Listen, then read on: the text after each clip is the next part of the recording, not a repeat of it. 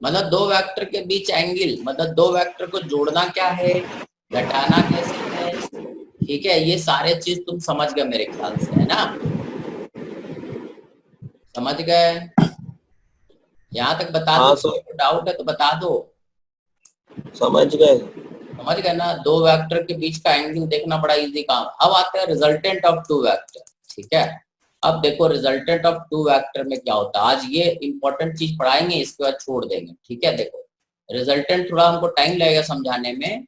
दो वेक्टर का रिजल्टेंट कैसे निकालते हैं, अब जैसे मान लो, ठीक है, दो वेक्टर का जोड़ना तो तुम सीख गए, मतलब फिर से तुम्हें एक बार ट्रायंगल लॉ ही सीखना है। ठीक है, समझ में आया क्या, फिर से तुम्हें ट्रायंगल ट्रायंगल लॉ एक्चुअली बहुत बार सीखना पड़ता है, बहुत इंपॉर्टेंट लॉ। ठीक है, अब देखो दो वेक्टर का रिजल्ट है, जैसे मान लो इफ वेक्टर ए है हमारे पास एंड वेक्टर बी, दो वेक्टर गिवन है। ठीक है, दो vector A and be given है। ए का मैग्नीट्यूड कितना है, मैग्नीट्यूड ऑफ वेक्टर ए है हमारा A, and magnitude of vector B कितना है, बी। और ए एंड बी के बीच angle between A and B is theta. ये तीन चीज दिया हुआ है, ए दिया हुआ है, बी दिया हुआ और ए और बी के बीच एंगल दिया हुआ। अब इनका रिजल्टेंट कैसे निकालेंगे, रिजल्टेंट का मतलब होता है we have to find vector A plus vector B, ये एडिशन ही हुआ है ना।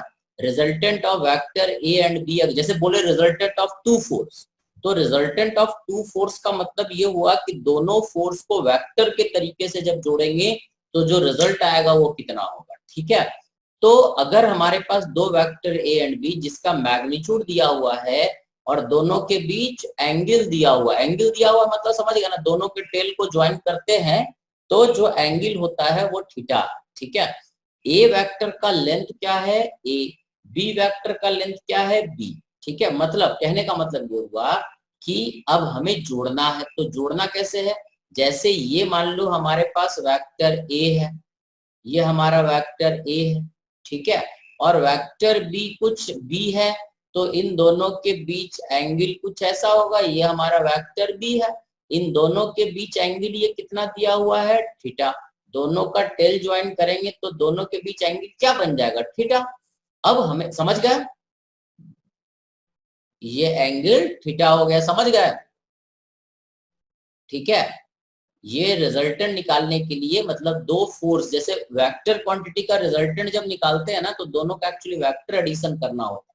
Resultant is equal to vector A plus vector B अगर है तो, ठीक है, ये वेक्टर ए है, ये वेक्टर बी है, ये वाला लेंथ कितना है ए और ये वाला लेंथ कितना है बी, बी का मैग्नीट्यूड बी है, ए का लेंथ ए है। ठीक है, और दोनों के बीच एंगल कितना है थीटा, मतलब ये एंगल। अब हमें जोड़ना है ए प्लस बी, तो बी को उठा के जोड़ने के लिए क्या करते हैं, इसके सर पे ऐसे ला के रखते हैं बी को, यहाँ पर बी वेक्टर को रखेंगे, तो ये जो वेक्टर हमारा बनेगा ये वेक्टर क्या कहलाएगा, रिजल्टेंट वेक्टर, यही कहलाता है ना, यही रिजल्टेंट कहलाता है ना, ट्रायंगल लॉ यही है ना। हाँ ठीक है, ये एंगल थीटा है तो ये एंगल क्या होगा रे, थीटा ही होगा, this angle is also theta. ये एंगल अगर थीटा है, जो नहीं समझ में आएगा बोल देना, कोई जल्दीबाजी नहीं है, धीरे धीरे करके समझेंगे क्योंकि बहुत सारा इंपॉर्टेंट चीज है एक्चुअली। ये थीटा अगर है तो ये एंगल भी क्या होगा थीटा, क्योंकि ये और ये पैरेलल है। ठीक है, तो ये दोनों पैरेलल है तो ये एंगल सेम ही रहेगा। ठीक है, अब हम क्या करते हैं, यहां से एक परपेंडिकुलर यहां ड्रॉप करते हैं। ठीक है, ये परपेंडिकुलर यहाँ पे ड्रॉप कर दिए, इसका नाम O दे देते हैं, इसका नाम P दे देते हैं, ये Q और ये S। ठीक है, ऐसा नाम दे देते हैं। ये एंगल थीटा, ये लेंथ कितना है B। अब इस ट्राइंगल को देखो, ये वाला जो ट्राइंगल है, ठीक है, इस ट्राइंगल को देखना है, इसको हम थोड़ा ब्लू रंग से लिख देते हैं, इस ट्राइंगल को देखना है इसको। ठीक है, इस ट्राइंगल को देखो यहां से आता है। ठीक है, इस ट्राइंगल को देखोगे तो ये राइट एंगल ट्राइंगल है, तो ये लेंथ PQ कितना हो जाएगा, ये PQ हो जाएगा base is equal to B cos theta, देखो तो सही है, और ये क्या हो जाएगा बी साइन थीटा। ये जो छोटा ट्राइंगल इधर है ना, इसका हम फिगर बनाते हैं एक बार, ये हमारा छोटा सा ट्राइंगल है, ठीक है, पी क्यू और ये एस, ये एंगल 90 डिग्री है, ये लेंथ बी है, ये एंगल थीटा है। तो बेस क्या होता है, ये बेस हो जाएगा और ये परपेंडिकुलर हो जाएगा और ये हाइपोटेन्यूज है। तो हमने पढ़ा था P is equal to H, ठीक है, साइन थीटा। तो H हमारा क्या हो गया, H हो गया B के बराबर, तो ये हो गया B साइन थीटा, मतलब ये वाला लेंथ हो गया B साइन थीटा। इसी तरह से ये बेस क्या हो जाएगा, B is equal to H into cos theta. तो बेस क्या हो जाएगा H मतलब क्या है, ये B के बराबर कैपिटल B, तो capital B into cos theta. तो ये बेस हो गया B कॉस थीटा। इस छोटे से ट्राइंगल में समझ में आए ये लेंथ और ये लेंथ, यहां से यहां तक का लेंथ B साइन थीटा और यहां से यहां तक का लेंथ B कॉस थीटा, ये समझ में आ गया? Yes sir. आ गया, वेरी गुड, बड़ा जल्दी तुम लोग समझ जाते हो। अब सीट हम भेज रहे हैं आज एडिशन वाला। तो देखो अब देखो तुम इस ट्रायंगल को एक बार फिर से, इस ट्रायंगल को देखो, यहां से हम बनाते हैं ऐसा, ठीक है, ये बड़ा सा ट्रायंगल बना और ये हमारा बना, ठीक है, ये वाला, ये ट्रायंगल ओ क्यू और ये एस, ये पॉइंट एस, ठीक है।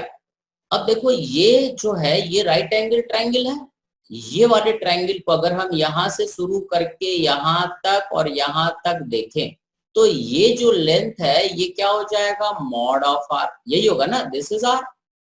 और ये लेंथ कितना हो जाएगा यहां से यहां तक, ये लेंथ अगर हम यहां से यहां तक देखें, ये वाला लेंथ, तो ये लेंथ हो जाएगा, ये ओ से पी तक है ए, प्लस ये हो जाएगा बी कॉस थीटा। देखो यहां से लेके यहां तक का लेंथ अगर हम देखें तो इट इज ए, यहां से यहां तक ए है और ये लेंथ है बी कॉस थीटा। तो टोटल यहां से यहां तक क्या हो गया, ए प्लस बी कॉस थीटा, और ये वाला लेंथ क्या हो जाएगा, बी साइन थीटा। समझ में आया? एक लेंथ हो गया हमारा ए कॉस थीटा और एक हो गया हमारा, ठीक है, ए प्लस बी कॉस थीटा और एक हो गया बी साइन थीटा। ये समझ में आया क्या? अब यहां से लेकर के, क्योंकि ये राइट एंगल ट्रायंगल है, तो हम यहां से बोल सकते हैं ओ एस का square is equal to O Q square plus Q S square. ये ओ पॉइंट है, ये क्यू पॉइंट है और ये एस पॉइंट है, ये वाला ट्रायंगल ओ क्यू और एस, ठीक है, ये वाला ट्रायंगल का हम बात कर रहे हैं, ये 90 डिग्री है, ठीक है, ये वाला ट्रायंगल, ठीक है।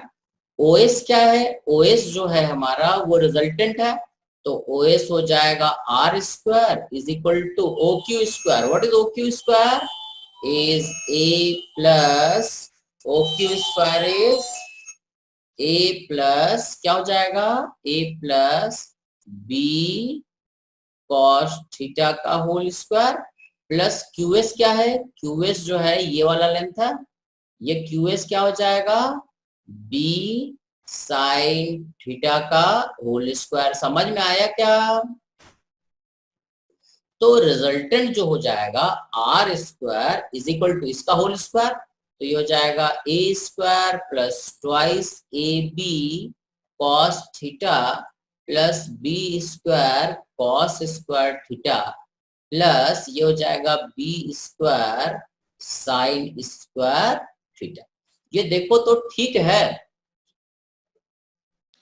हाँ सर। तो आर स्क्वायर हो जाएगा A square plus twice A B cos theta plus, यहाँ देखो बी स्क्वायर कॉमन है, कॉमन लेते हैं, ये हो जाएगा cos square theta plus sine square theta. और तुम्हें शायद पता है sine square theta plus cos square theta क्या होता है, 1 होता है सर। हाँ very good, it is A square, ये हो जाएगा twice A B cos theta plus B square, और are is equal to root over A square B square plus twice A B cos theta. ये हो गया हमारा resultant of vector A and B, ठीक है। ये वाला जो लेंथ होगा ना, ये लेंथ होगा √a², a गिवन है, b² plus 2ab cos theta. Theta क्या है रे? थीटा है angle between vector a and vector b। समझा क्या? Yes sir. सर तो एक फॉर्मूला है ये। फॉर्मूला तो है, बट ये मेन चीज क्या है ना, समझना जरूरी है। ये actually formula triangle law relation vector है, triangle law of addition of vector. ठीक है, ओके सर। ठीक है। सर तो डेरिवेशन थी इसकी। हैं क्या बोल रहा हूँ? ये ये डेरिवेशन, इसकी डेरिवेशन थी। डेरिवेशन ये है, क्वेश्चन ये है, डेरिवेशन ये है कि दो वेक्टर जिसका एक वेक्टर का लेंथ, देखो दो वेक्टर था, ठीक है, एक का लेंथ a था, दूसरे का लेंथ b था, और दोनों के बीच एंगल थीटा था। तो हमने बताया कि इन दोनों का रिजल्टेंट कैसे निकालें। अगर a का मैग्नीट्यूड दिया हुआ है, b का मैग्नीट्यूड दिया हुआ है, थीटा दिया हुआ, तो इनका इफेक्ट क्या होगा। रिजल्टेंट मतलब होता है जैसे 2 + 2 का रिजल्टेंट क्या होगा, 4। समझ में आया? तो उसी तरह से इस दो वेक्टर a, b और थीटा, दो वेक्टर जिसका लेंथ एक का a है, एक का लेंथ b है, और दोनों के बीच एंगल थीटा है, इसका रिजल्टेंट क्या होगा। तो रिजल्टेंट मतलब a और b का सम का लेंथ क्या होगा, ये वाला लेंथ क्या होगा। समझ में आया? ये हो गया, समझ में आया? ये डेरिवेशन है, ठीक है। अभी थोड़ी देर में और समझ में आ जाएगा, घबराओ नहीं, ठीक है। अब देखो, ये जो एंगल है इसको अल्फा मान लेते हैं, ठीक है। दो चीज निकालेंगे ना, क्योंकि r क्या है actually, r is a vector, r is vector, है ना। दो वेक्टर का रिजल्टेंट भी क्या होता है, वेक्टर होता है। तो r में दो चीज होगा, r का दो चीज होगा, एक होगा मैग्नीट्यूड और दूसरा होगा डायरेक्शन। तो मैग्नीट्यूड जो है ये जो हमने निकाला रिजल्टेंट वेक्टर का मैग्नीट्यूड निकाला, ये जो है ना, ये actually this is mod of vector r है। समझ में आया? नहीं समझ में आ रहा है? थक जाना तो बता देना रे। सर आ गया। आ गया? ठीक है, ऐसा लग तो नहीं रहा, ठीक है सर आ गया। आ गया, ठीक है। देखो, अब ये रिजल्टेंट जब हम लिखते हैं, इसको हम 2-3 बार समझाएंगे, समझ में आ जाएगा। अब ये एंगल अपने को देखना था, ये वाला एंगल है ना, ये एंगल आखिर एंगल भी बताएंगे ना, डायरेक्शन के लिए एंगल बताएंगे, ये अल्फा।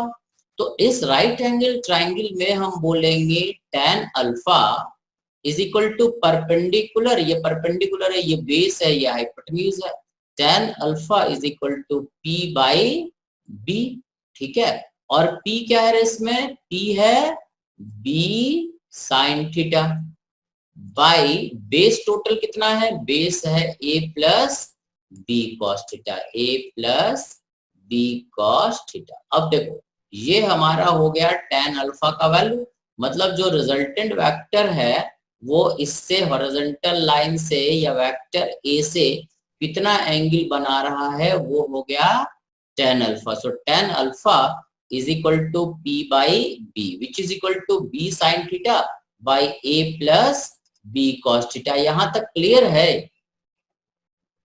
ये क्लियर हुआ? Yes sir. देख लो रे, किसी को डाउट हो तो बता देना। समझ में आ गया? यस सर आ गया।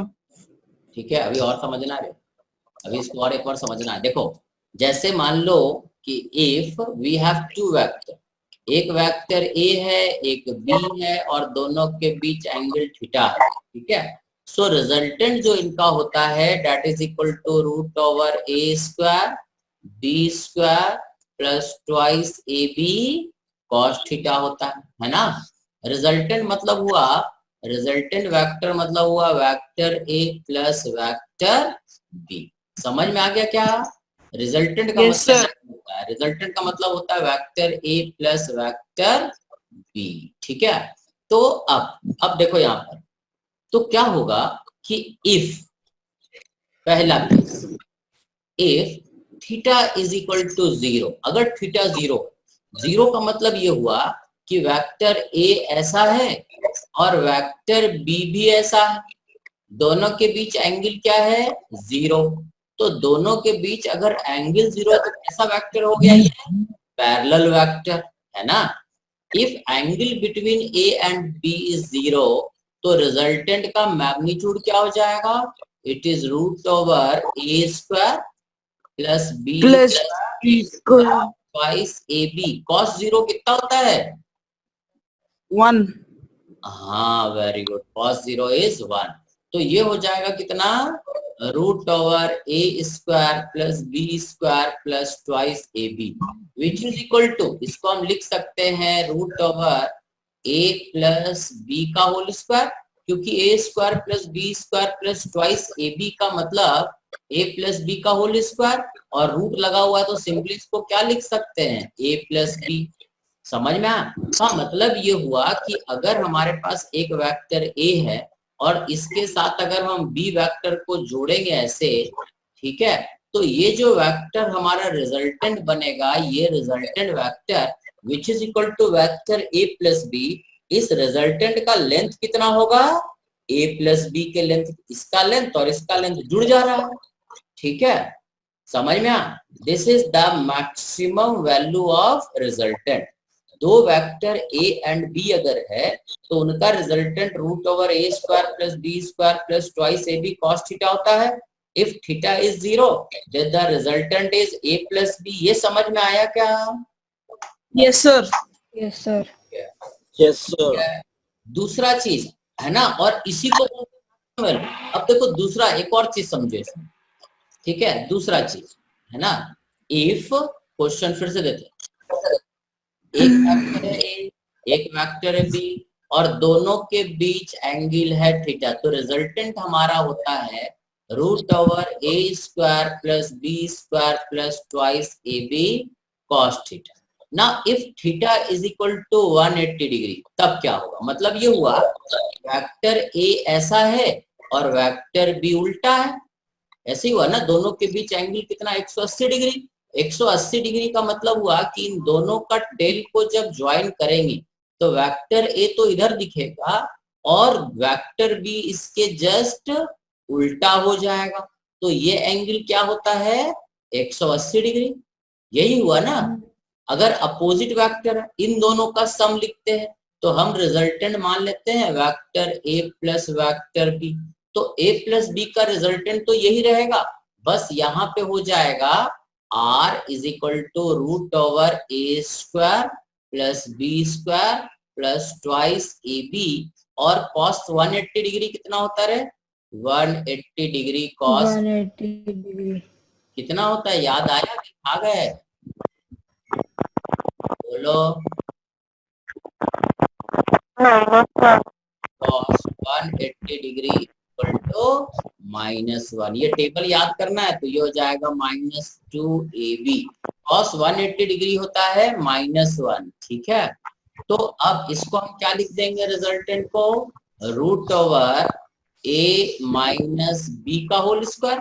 a माइनस बी का होल स्क्वायर क्या होता है? a square minus 2ab plus B square, ऐसा लिख सकते हैं।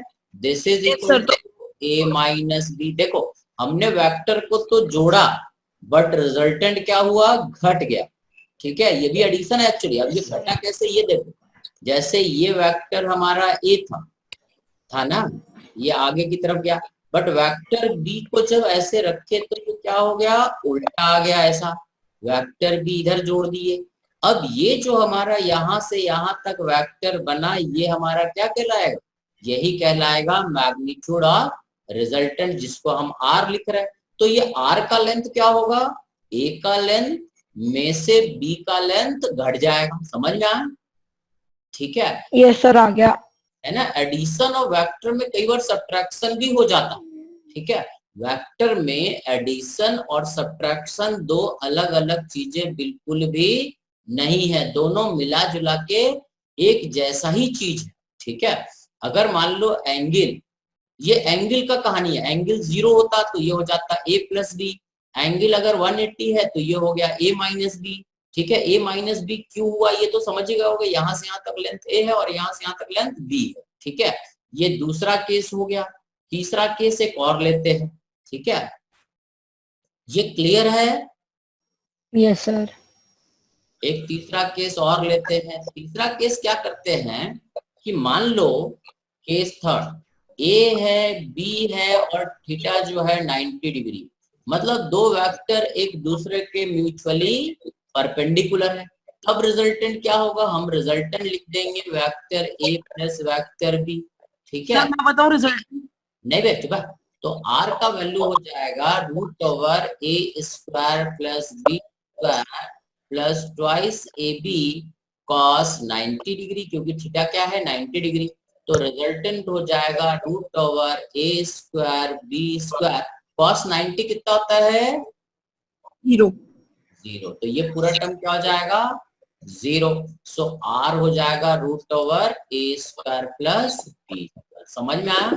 तो दो Yes. वेक्टर का देखो, ये जो रिजल्टेंट था, एक बार पहला केस हमारा आया resultant is equal to A plus B, ठीक है। दूसरा केस हमारा आया, ठीक है, इफ थीटा इज 0, ठीक है। दूसरा केस आया resultant is A minus B, ये कब आया इफ थीटा इज 180 डिग्री, है ना, ठीक है। तीसरा केस आया r is equal to root over a square plus b square which is possible if theta is 90 degree. समझ में आया? मतलब अलग अलग एंगल के लिए रिजल्टेंट का वैल्यू अलग अलग चेंज होता है। समझ में आया? ऐसा नहीं कि a प्लस बी, जैसे अपन पढ़े ना स्केलर में 2 + 2 हमेशा 4 हो, ठीक है। बट यहाँ पे ऐसा नहीं है एक्चुअली, यहाँ पे रिजल्टेंट ए पे डिपेंड करता है, बी पे डिपेंड करता है, ए और बी के बीच ये जो एंगल है उस पे भी डिपेंड करता है। समझ गए? समझ गए? हाँ सर। Yes sir. तो ये आज तुम लोग सीखे कि दो वेक्टर का रिजल्टेंट कैसे निकालते हैं, ठीक है। ये एक्चुअली ट्रायंगल लॉ ही है। इसमें किसी को किसी स्टेप में डाउट है तो बता दो, और तुम लोग को आज हम एक सीट भेज देंगे वेक्टर का, वेक्टर एडिशन का, ठीक है। तो वो सीट तुमको थोड़ा करना रहेगा, है ना। अब हम लोग Yes, को बचा है आज एडिशन सब्ट्रैक्शन का एक सीट तुमको भेज रहा है 15-20 क्वेश्चन, ठीक है। Okay sir. ठीक है, और किसी को कुछ बोलना है तो बोल दे रहे, किसी को किसी स्टेप में डाउट है तो बता दो।